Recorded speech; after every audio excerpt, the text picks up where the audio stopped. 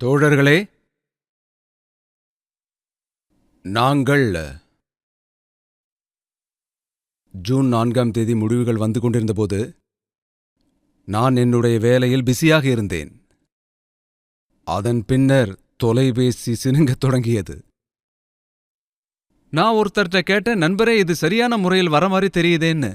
நீங்க சொல்லுங்க, அந்த இவிஎம் மிஷின் உயிரோட இருக்குதா இல்ல இறந்துருச்சான்னு.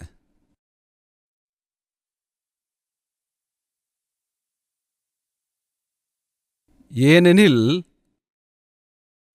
இவர்கள் எல்லாம் முடிவு செய்திருந்தனர், இந்திய ஜனநாயகத்தின் மீதும் ஜனநாயகத்தின் செயல்பாட்டின் மீதும் மக்கள் வைத்திருக்கும் நம்பிக்கை சிதைந்துவிடும்.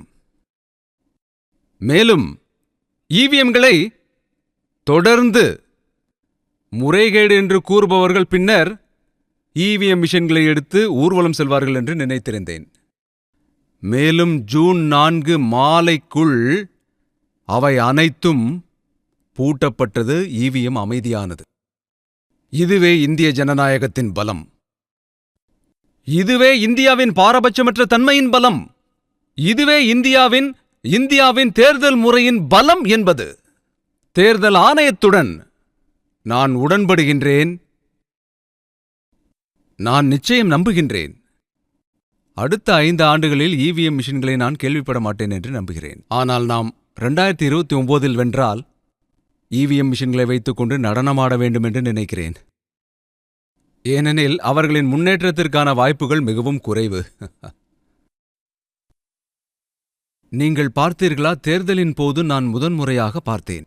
அதாவது ஒவ்வொரு 3வது நாளும் தேர்தல் ஆணையத்தின் பணிகளில் ஏற்பட்ட இடையூறு காரணமாக உச்சநீதிமன்றத்தின் கதவுகள் தட்டப்பட்டன. ஒவ்வொரு பயன்பாடுகளிலும் ஒரே குழு மட்டுமே இருந்தது. மேலும் ஜனநாயகத்தின் மீது முழு அவநம்பிக்கை கொண்ட இத்தகையவர்கள் உச்சநீதிமன்றத்தை எவ்வாறு தடைகளை உருவாக்க பயன்படுத்த முடியும்?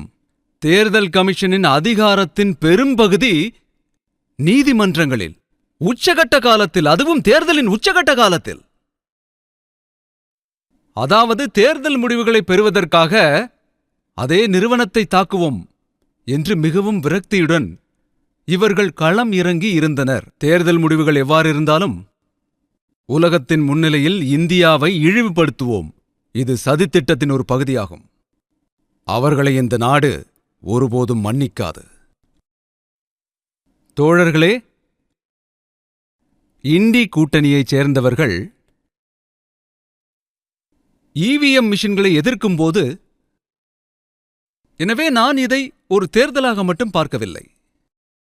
இந்த மக்கள் கடந்த நூற்றாண்டின் சிந்தனை கொண்டவர்கள் என்று நான் நம்புகின்றேன். டெக்னாலஜியின் முக்கியத்துவத்தை அவர்கள் புரிந்து கொள்ள தயாராக இல்லை, டெக்னாலஜியை ஏற்றுக்கொள்ளவும் இல்லை.